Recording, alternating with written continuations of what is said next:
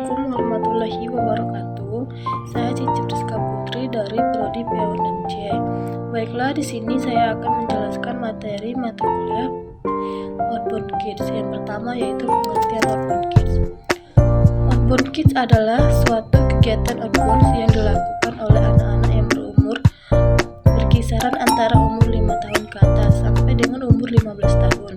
Biasanya outbound anak-anak bertujuan mengembangkan kepercayaan diri, keberanian, dan daya kreativitas.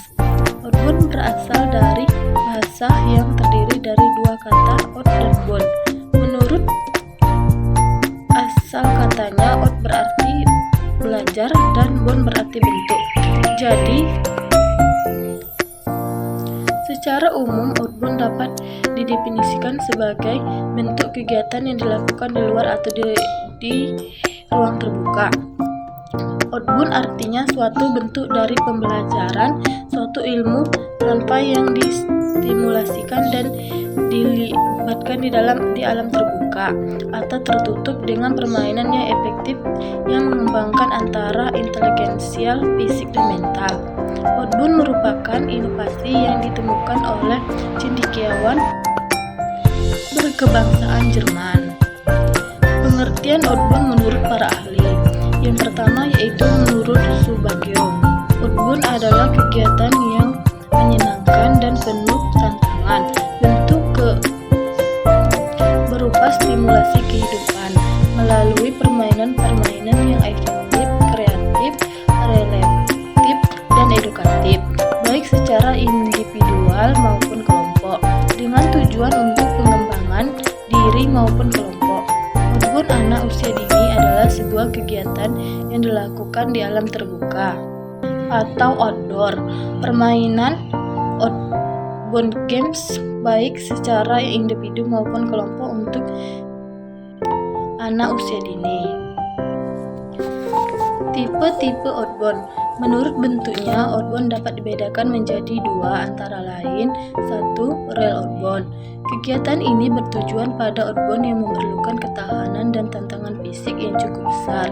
Dapat juga berupa petualangan atau adventure yang mendebarkan. Kegiatan ini penuh dengan tantangan seperti pada jungle survival, mendaki gunung, arung jeram, panjat dinding, atau tebing, atau kegiatan arena tali. Kegiatan ini tidak meningkatkan persiapan dan kekuatan fisik belaka, tetapi yang paling vital adalah kesiapan mental. Yang kedua yaitu fun outbound. Fun outbound menunjukkan kegiatan di alam terbuka yang tidak begitu banyak menentukan unsur fisik. Dalam fun outbound, para peserta hanya terlibat dalam permainan-permainan ringan tetapi sangat menyenangkan, berisiko kecil tetapi mengandung manfaat yang besar untuk pengembangan diri. Kegiatan ini bermanfaat untuk meningkatkan keterampilan sosial seperti membangun karakter, sifat-sifat kepemimpinan, dan kemampuan kerjasama kelompok. Peserta akan melakukan kegiatan sebagai berikut. Yang pertama yaitu membuat perencanaan, dan yang kedua mengatur strategi, dan yang ketiga efisien waktu, dan yang keempat pendelegasian atau pembagian tugas, dan yang terakhir yaitu kejujuran dan tanggung jawab sosial. Prinsip dari real outbound adalah menyatukan dengan alam setempat dengan tantangan-tantangan yang lebih besar seperti survival games, adventure, jungle survival, yakni dan lain-lainnya. Fun outbound biasanya hanya diisi dengan permainan-permainan outbound yang bersifat soft atau soft game. Tempat yang digunakan adalah lapangan terbuka atau lain. Perbedaan antara real outbound dan fun outbound hanya terletak pada berat dan ringannya sebuah permainan, bukan terletak pada kegunaan yang dapat diberikan. Perancang dan persiapan tersebut antara lain: 1. Menetapkan tujuan atau target. 2. Menentukan lokasi kegiatan. 3. Menyiapkan alat yang digunakan. 4. Menyiapkan tim instruktur yang menjaga efektivitas sebuah outbound training. Beberapa hal yang perlu diperhatikan antara lain sebagai berikut. A. Keseimbangan antara acara bebas dan tekstur. agar peserta outing atau outbound training dapat mengenang satu dengan yang lainnya. Harus ada cara khusus untuk itu. Acara outing biasanya diadakan ketika weekend, waktu yang biasanya dimanfaatkan oleh kebanyakan orang untuk beristirahat bersama keluarga atau kerabat dekat. B, yaitu akomodasi terpusat. Penginapan yang digunakan diusahakan untuk memilih tempat yang membuat para peserta dapat berkumpul bersama.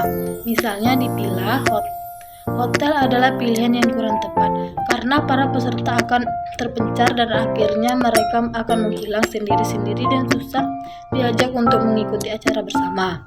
C, yaitu no family allowed. Perlu atau tindakannya keluarga diajak saat outing memang menjadi pro dan kontra. D, yaitu keterlibatan peserta dalam outbound. Keterlibatan peserta berbanding dengan luas dengan kesuksesan outbound training. Kegiatan outbound yang dilakukan dengan rileks dan dirancang dengan matang maka akan lebih memberi manfaat daripada real outbound. Selanjutnya yaitu bentuk pelaksanaan outbound. Pelaksanaan outbound training ini dapat dilakukan di dalam ruangan, dapat juga dilakukan di lapangan atau alam terbuka. Meskipun berlain lokasi, namun tetap merupakan serangkaian dari kegiatan outbound. Satu, yaitu indoor training. Indoor training merupakan bentuk pelaksanaan outbound yang diselenggarakan di dalam ruangan, seperti ruang kelas, aula, atau ruangan yang luas lainnya. Indoor training ini banyak dilakukan oleh anak-anak remaja. Pelaksanaan ini relatif mudah dan identik dengan bentuk permainan outbound. Yang kedua yaitu outdoor training. Outdoor training adalah bentuk kegiatan outbound yang dilakukan di luar ruangan. Kegiatan ini biasanya lebih banyak menggunakan real outbound daripada fun outbound. Namun demikian, dalam outbound training ini bukan berarti tidak terdapat permainan fun outbound sama sekali. Di dalam permainan, skill individu tidak hanya ditantang berpikir cerdas, namun juga memiliki kepekaan sosial. Dalam outbound, peserta akan lebih dituntut mengembangkan kemampuan ESQ atau emotional and spiritual quotient. Di samping itu, IQ, intelligent quotient. Metode outbound training memungkinkan peserta melakukan sentuhan-sentuhan fisik dengan latar belakang alam terbuka dan dalam aktivitas. Menurut William Strauss, kemampuan intelektual adalah kesanggupan seseorang menyesuaikan diri dengan hal-hal baru dengan menggunakan alat-alat berpikir dan menuntut tujuan yang ingin tercapai, dapat menunjuk pada tujuan yang bermakna terarah. Yang selanjutnya yaitu ada permainan yang meningkatkan kecerdasan ESQ dan IQ. Yang pertama yaitu mobil-mobilan tradisional, yang kedua congklak, dan yang ketiga layang. Selanjutnya yaitu perbandingan outbound kids dengan aktivitas bermain. Outbound kids adalah kegiatan anak dilakukan di alam terbuka untuk melatih kognitif, afektif, fisikomotorik, yaitu untuk mengembangkan anak. Permainan yang kedua yaitu permainan adalah suatu kegiatan yang mengundang unsur menyenangkan dan membahagiakan, yaitu penyegar pikiran anak-anak. Perbedaan outbound kids dan aktivitas bermain juga terdapat beberapa. Yang pertama yaitu kegiatan outbound kids adalah kegiatan yang dikemas dengan konsep-konsep tertentu. Yang kedua, kegiatan yang dilakukan harus bermanfaat. Yang ketiga, semua kegiatan dalam outbound kids harus memiliki persiapan yang matang. Yang keempat, kegiatan outbound kids terencana dan terorganisir. Dan yang kelima, kegiatan outbound kids harus memiliki tujuan pengembangan. Yang keenam, harus memberikan kontribusi yang positif.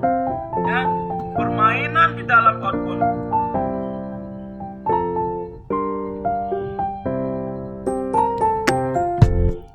Yang ketujuh yaitu permainan di dalam outbound kids harus serius dan memiliki persiapan yang matang.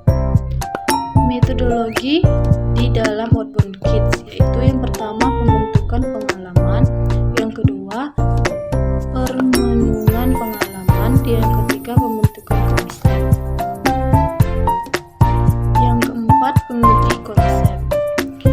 Pelaksanaan organ siapa yaitu bidang pendidikan, organisasi atau perusahaan, ESG atau IIQ. Kapan dilakukannya yaitu saat turunnya minat siswa dalam belajar. 2. Saat diperlukannya pengembangan minat dan kepribadian siswa. 3. Terjadinya permasalahan yang kompleks di sekolah. 4. Untuk pengembangan kreativitas siswa. 5. Diperlukannya melatih diri dan kecakapan siswa. Peran guru dalam Outbound Kids. Yang pertama, onlooker, yaitu mengamati dari dekat dan segera bertindak bila anak membutuhkan bantuan. Yang kedua, stake manager, yaitu membantu menyediakan peralatan yang dibutuhkan anak, memberikan bantuan kalau dibutuhkan. Yang ketiga, co-player, yaitu bergabung dengan anak menjadi teman bermain atau follower anak yang memegang inisiatif. Yang keempat, play leader, yaitu menjadi inisiator kegiatan bermain, terutama pada permainan yang baru dikenal oleh anak, tetap memberikan anak kesempatan bereksplorasi. Yang terakhir yaitu instruktur, yaitu cenderung membatasi kebebasan anak, banyak mengarahkan sehingga anak bisa merasa terganggu.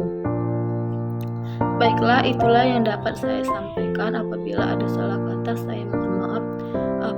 Kepada Allah saya mohon ampun. Saya akhiri. Wassalamualaikum warahmatullahi wabarakatuh.